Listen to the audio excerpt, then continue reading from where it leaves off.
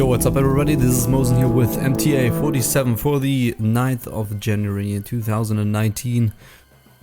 The second one this year. And the topics, we're gonna jump right into some PTR testing that we did for spell damage coefficients for prot paladins, and we have some replies on the MTAs in the comment section, and we're gonna go probably through another one of them. I'm just gonna give you a little update of what's going on.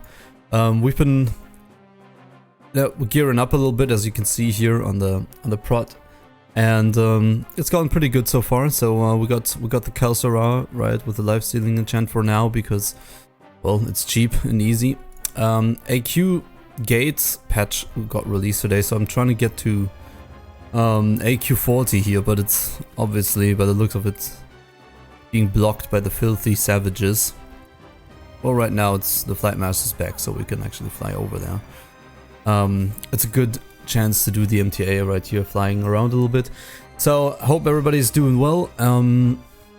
Yeah, so we wanted to jump right into the MTA with a comment from Hardy the Dragon, and it was regarding the gold DKP topic. If you haven't seen that yet, check out, it is in MTA 43, and he says the reason why the pug, it's about people taking gold, like a cut of the gold, you know, like gold DKP. Check that video out. Basically, you bid gold, and in the end of the run, the gold is distributed evenly amongst the raiders, which then gives everybody a chance to make gold, basically. And why the raid leaders take a cut of the gold, and he says the reason why the pug crew hosts take a cut from the gold is because first we have to put in the time to getting the right setup and the right amount of people to make the run smoothly. Requires a good standing with other guilds and their alts. Let's start there. That's absolutely true. So I've been leading pugs as well for quite a long time, and I would certainly agree. And like, his responses are pretty accurate. I would say it's true. You have to put in a lot of effort too, and yeah, getting the raid up in a smooth and going through the raid in a smoothly manner and not wiping there for 7 hours is certainly a thing, especially when you're running it with alts, and which is often the case. So I can give him that. Let's continue first. So you need to organize the group and get the right setup. Consumables are expensive. During the first week of Blackwing Lair, I used around 700 gold worth of consumables as a tank. This was with 2 times Flask of the Titans. If I got the same split as everybody else, then I would lose gold on it, and the pugs aren't required to use Flask for the run. Okay, again, this is basically leading the raid as the tank. Obviously, the cost that you have to put in should be covered. I think everybody would agree with this. To make the run for everybody that participates in it smooth, you want to have the tank with Flask, which of course gets taken away from the share. Makes sense, because otherwise, as you said, he would lose money probably. I can understand that one. Why am I so red in the face? This is always when, like, the lighting's so... It's weird sometimes, you know, the color intensity when it's not dark outside the camera. Whatever. Alright. So I can absolutely get that one as well. You know, he got the same split, he would lose gold. To be fair though, 700 gold worth of consumables to make a smooth run, you don't really need that. And it's, sorry, but like, it depends what you're doing. Okay, Blackwing Lair, I can understand that even a little bit, but 700 gold of consumables. What did you say? First week of Blackwing Lair. I don't know if that was in progress or in that guild gold bid run. I hope it wasn't the gold bid run, because to be quite honest, that's quite a bit. You need I know what you can pop, but usually people overdo it a little bit with the consumables as well. You don't need to have that to have a smooth run. You know, throwing consumables at it won't make it better if the run is meh. But anyway, I think I get what you mean, and I think you don't just throw consumables, and I think you know what you're doing if you've done the gold bid runs. Pretty sure. As most of the gold, that's 0.3, gets transferred to us, then we can use that gold to gear our core mostly, so we can ensure smooth and faster run in the future. That's one I don't understand really. As most of the gold gets transferred to us, then we can use that gold to gear our core mostly, so we can ensure... Okay, so basically it just gets faster and faster because the leaders are geared and prepared and have consumables. So then only one may rise here. That's the Brute Lord Lash Layer quest. True, okay, so I was part of the crew who ran Gbit Black Moon Lair every week until one of us got banned for Gold Mule. That's interesting too, I think. Since then, we haven't done it because we don't want to risk losing our accounts. That is understandable. That's an interesting point as well, though, I think. To be quite honest, I can't really see why you would get banned for that, but I know that people have been getting banned for having a lot of gold or trading large amounts of gold if they got reported. And probably, you know, what my thinking behind this was somebody got butthurt that you took a share of the gold, first of all, and you know, reported you. I'd say that's my take on it, because usually you I don't know how they would track it otherwise, unless you are getting reported for it, which is certainly stupid.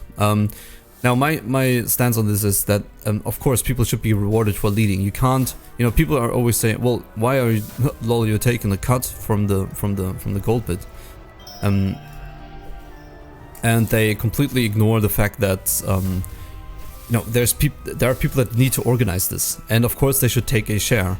Now the question is, how big is that share? And sometimes people say, well, you know what, I'm taking 70% or 50% of that share, which is of course stupid, right? And makes no sense for anybody, really. And I understand that there's a share, but you know, people tend to, let's put it that way, take a little bit more than they really would need. But it really depends on the Gbit. So what is enough and what is too much, I think really depends on everybody's own opinion, and I think that you should, you know, think for yourself what is okay for me, that people, what is worth for me that people put in the effort to organize these runs, and I think that's absolutely fine to take a share of the gold that's coming in.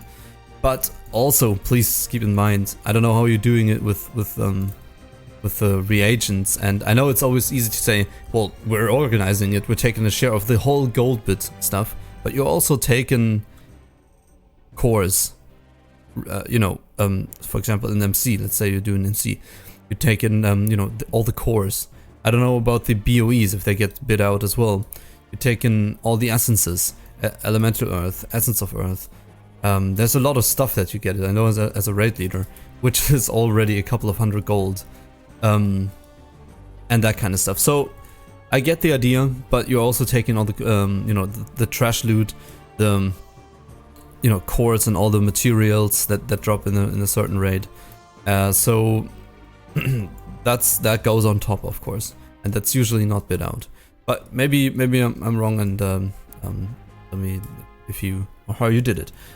Certainly interesting to hear from somebody that actually did these runs. It's always good to have that side of the coin right there.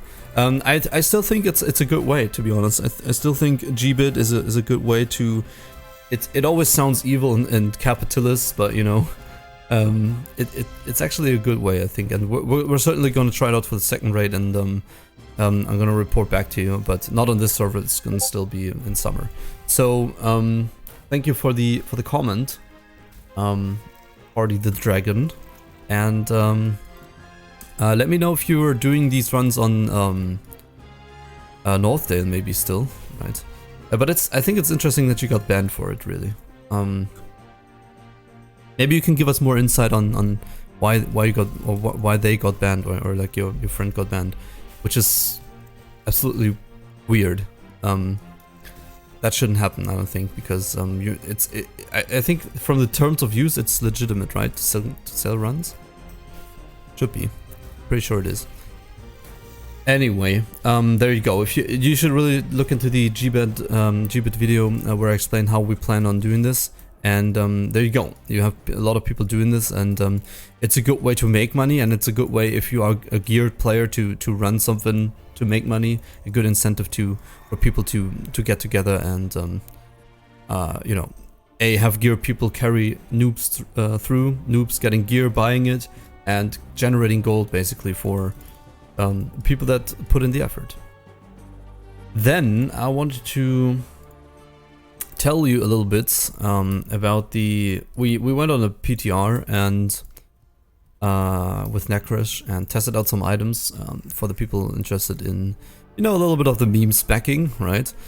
So we gave ourselves some gear there, some Nex gear, and or you know, gear that we wanted to try out for the Prot Pelly, and we tested some stuff out. So I can report back that the Cloak of Flames, that's the cloak that deals damage to anything that strikes you, 5 fire damage, in fact does not scale with spell damage. It's a very rare item, so I thought that might be interesting to know. It doesn't, because the comment section in Classic DB says that it actually used to scale with spell damage, which is crazy. I mean, if that's true, that it used to scale with spell damage for, you know, 1-to-1, that would be absolutely crazy, because that would mean if you have 30 spell damage, you reflect 30 damage to anything that strikes you, which is of course very, very strong. Thus, it got nerfed at some point. So right now, this does not deal any more damage. It dealt 5 damage to anything that struck us. In general, Spellpower gear turned out to be, of course, strong for a Prot Pelly who didn't know it. But the thing is, you are lacking survivability at some point, which will make it. You really need to fine-tune the balance of spell damage gear and, you know, defense gear, I think. And from what we've seen, you know, the Deathbone set is the best way to go. It just brings you so much defense and MP5 most of all. And to be quite honest, the mana regeneration in raids will not be as bad as solo play Prot Pelly, where it is kind of fine, especially when you combine it with all the seals that other paladins provide. So it's not that bad, but you still need it, right? So you want to find items that have a good MP5 value for what you're putting into it. The spell damage problem is that most of the spells that you're using as a Prot Paladin have a not very good coefficient of spell power. So let's say, for example, the Seal of Righteousness, right? If we get spell power, then it usually should have like a 10 to 12% coefficient, depending on server, how it really is scripted, various, but you know, it's roughly around that value. So if you're getting, let's say, a 30 spell power enchant on your weapon, that would mean that you know, 3 spell damage actually go onto your Seal of Righteousness hits. That might not sound a lot, but I'll get into that in a second. Now, that also means from, you know, the Consecration, for example, has a 33% coefficient, spell damage coefficient, on it. So, you know, getting the 30 spell damage enchant on the Consecration, first of all, has a 33 coefficient, so that means like around 10 spell damage get on it, which is then divided per tick of Consecration, so by 8. So you get 1 point of damage per second, technically speaking, and 10 on the Consecration. And again, it doesn't sound very much, I thought at first. And the Judgment profits 50%, so that's quite a bit of damage right there. So I thought, well, you know, this is all not really a lot of damage, but thinking about it, how the scaling works, these like 1 or 2 or 3 or 4 damage points, depending on what it is, if it's Seal of Righteousness or whatever, they all get multiplied with the Righteous Fury, of course, which is then 110% more threat. The baseline is... Actually, right now I'm not sure anymore if the baseline is already... I think it's 90%, Is that the baseline, or is the baseline the different one? Anyway, get increased. Let's say the baseline is 90 to get, so you get the idea. Baseline is 90 right here. 60. Okay, why does it say 60 here and 90 down here? Interesting things are happening. Let us see if there's different rings, but I don't know. Certainly interesting. So like my up here it says 60%, which is interesting. Well, okay, 90 is the full thing, because 60% is the baseline, and then it gets increased by 50%. Of this is 30, so 90 in total. So you know, like these small numbers get increased by 90%, basically. So if you get a, you know, let's say, I don't know, like a 10 damage increase from all the sources, then 90% of that would be 9, and that's the increased value from it. So these small numbers get increased by quite a huge factor, basically. And these annoying mobs are so annoying. And that, of course, does make spell power stronger than I first thought, but it's still, you know, you shouldn't wear only spell power items. You also need the defense, and that's the next point. You also, you know, you need defense, because blocking an actual attack will cause your threats to go off and actually do damage, right? So there's no point that your stuff does more damage when it doesn't proc. So, you know, if you're, let's say, you have so much spell power that, you know, your holy shield does a lot of damage, but your sanctuary never procs, then you basically have 4 charges of threat, and that's it. So defense is also very important. Just first of all to not die, to parry, and to block attacks, of course, which is the main source of your threat. And so, you know, there's a lot of stats you need to handle as a prot paladin, and which we certainly tried that. Now, I also tried the 4 set of the tier 0.5 Paladin set, which, if you don't know, it's the proc chance is that you gain 95 spell power whenever you strike the target, and that used to be up very, very much per minute, so like 4 times a minute, and was pretty good for a red paladin, for example. If you don't really have access to raiding gear, you should definitely get the 4 set tier 0.5 bonus. For tier 0, it's the 6 set bonus, but it turned out, since you're just attacking one target, just not to be up as much, and you're just sacrificing too much survivability really for that proc. A much better alternative is the ring, the Wrath of Scenarios that I showed you. I think I showed it to you earlier. I'm just gonna put it in here, I guess. I hope I remember it. And the Wrath of Scenarios basically has a chance to proc 132 spell power on a successful spell cast. And now the thing is that a Consecration tick is a successful spell cast. Now, I don't know if that's going to make it into official classic, because there are people that say this shouldn't be, this wasn't Blizz-like, that a Consecration tick counts as a successfully landed spell, which technically it is. So right now, for right now, this is January 2019, not official. This thing was up the whole time, so you basically had 132 spell power, let's say 70% of the time up, and that was a ring worth getting, because it's not only 95 when you hit stuff, but your Consecration rank 1 would keep it up if you use that even. But you could keep it up with Consecration rank 1, basically. Broken as hell, even for Red Paladin. So I would definitely recommend you get the Wrath of Scenarios. That's why I'm Silted, right? I need to grind the rep right now and get it on. So yeah, that was the spell damage topic. So spell damage is worth. We're gonna get to a conclusion later. But MP5. I also tested the tier 2 5-set bonus, which is probably the thing I would aim for. You know, the Deathbone set is still one of the better ones, and or you want to keep the 5-set Deathbone for a very, very long time as a Pro Paladin, because it just gives you everything. But there are 1 or 2 weaker set pieces, which are, I believe, the belt or the... Was it the belt? No, I think the gloves. I think the gloves and the boots. One of those. I think the gloves were the weakest. And you could switch that one out for another thing.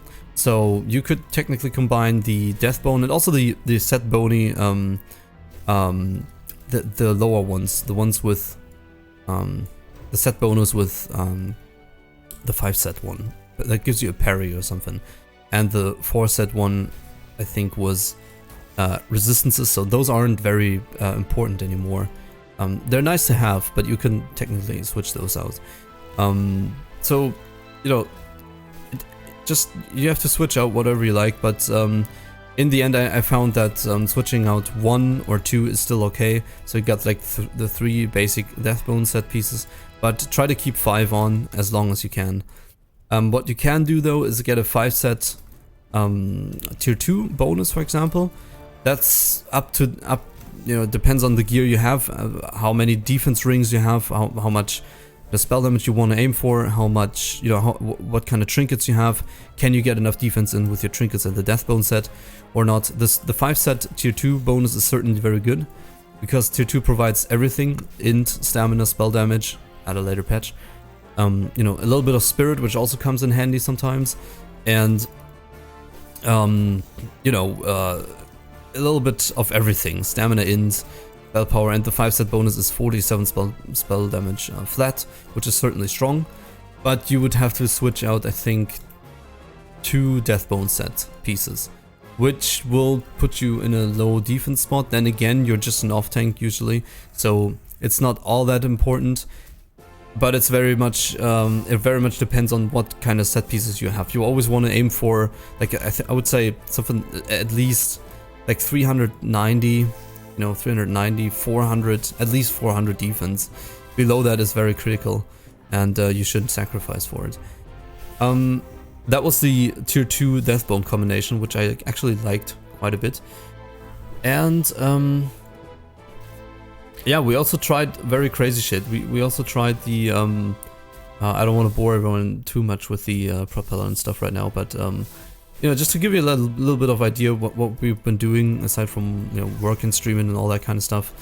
We also tried the Dark Moon set, the card that usually priests get, with the mana regen, right? So the mana regen, we thought, my thinking behind this was spirit regen, because sometimes what happens, I can like show you right now. We find some mobs. What happens? You're gathering up some mobs, right? And you wanna or you're tanking, your AoE tanking. So sometimes you are using Judgment of Wisdom and Seal of Wisdom, or Seal of Righteousness, because you want to build some single target threat. And you know, then you're not really doing anything, but you're casting the Consecration and you're getting hit. And as soon as you have like the base aggro and you're getting hit, that should be enough. So the idea behind that was, does the Spirit Trinket, you know, do the mana regen for you?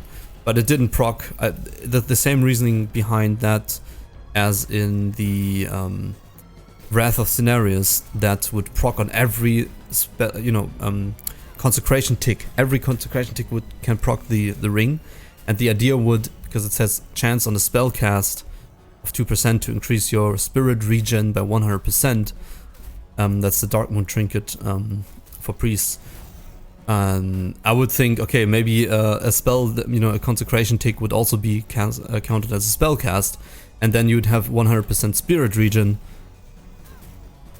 But it didn't work. Just it doesn't count as that, too, sadly. So that would have been actually very broken. That would make the trinket very good, and you would just enchant spirit. Because if 100% of your spirit regen would continue in fight, that would be very interesting, to say the least. Because Paladin actually has a quite okay spirit regen rate. And you would regenerate as if you were out of combat with your spirit, which would be quite a bit. It doesn't work, so it doesn't matter. But we tried everything, okay? So we're going into detail here on the PTRs to give you the best propelly, you know, information possible, so you can actually pull it off.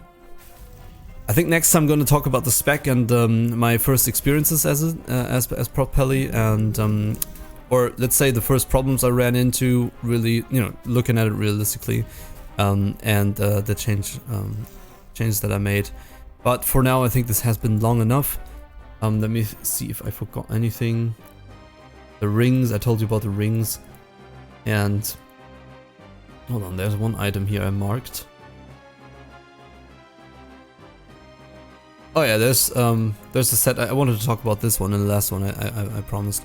There's one more. We'll talk about this really fast. There's not a lot to say, but now that AQ is open, maybe this is interesting, or not open yet, but the patch is out. There's a set, a Paladin set. I think you know it from the AQ20 tokens that you get, or the hilt and all that kind of stuff that drops there from the bosses. And it gives you like a set, right? This is the AQ20 set. It's for Paladin, for example. It's a cape, a ring, and a weapon. I think that's for every class. And we were talking about tanking weapons for Paladins. Well, I really gotta say, we're gonna talk about that. There was so much insight from the last days. But sorry. It's called Blade of Eternal Justice, and it has 4 MP4. It's more of an like offset if you don't really have access to any good gear, but you could get this. 11 stamina, 7 int, and some strength. 2.3 speed, which is technically a little bit too slow, but if you don't have anything really good, just go with that one. And the cape, actually, Cape of Eternal Justice has 10 strength, 13 stamina, 12 int, and 5 MP5. And the ring has 13 spell damage, 11 stamina, 12 int, 12 strength. And that set combined gives you a good chunk of stamina, int, MP5. And the set bonus is actually 20% chance to regain 100 mana when you cast a judgment. And that's the interesting thing, because this is a rather interesting one. If you can get that set in, I'm going to try this out. It's not going to be very crazy, but you don't know that until you actually try it and see how much it really procs. But on a judgment, 20% seems quite low, to be quite honest. But you know, we're still going to try it out for you. 100 mana is not nothing though. If that does proc, then basically your judgment gained you 10 mana, because it's 90 mana costs. And you know, I think that's certainly a thing to consider.